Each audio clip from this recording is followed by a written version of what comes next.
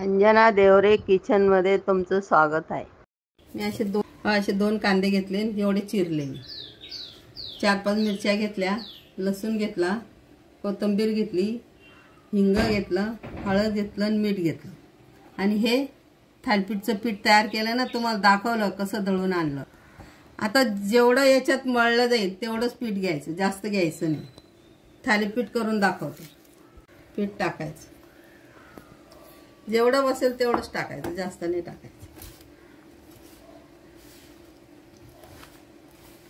32 वस्तू आहेत। 32 वस्तूमध्ये फक्त कांदा, मिरची, लसूण, हळद आणि हिंग टाकला आणि मीठ। आता याच्यात मी जिरं आणि धने टाकलेत दळायला, त्यामुळे काहीच टाकायचं नाही। आता करायला घेते। फडकं आहे ना, असं पाण्यात बुडवायचं आणि याच्यावर थापायचं।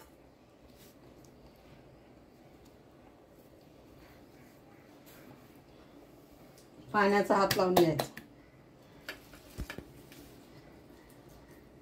गोळा करायचा,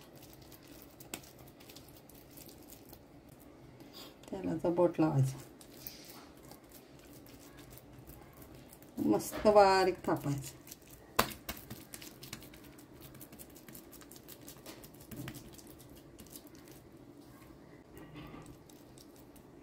असं गोल गोल पाडायचे।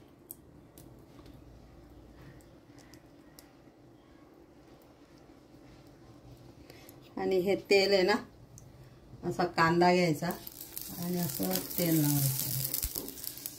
बिडाचा तवा ठेवायचा, पण याला असं कांद्याचं फिरवायचं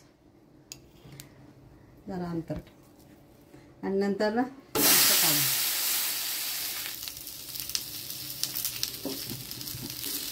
2 मिनिटासाठी झाकण ठेवायचं।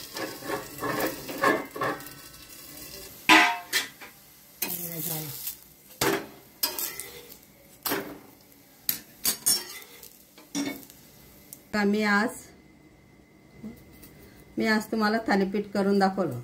32 डाळींची थालीपीठ आहे, तुम्ही बी करा। कांदा, मिरची, कोथिंबीर, फक्त हिंग, हळद, ओवा आणि मीठ आणि तेल एवढंच टाका।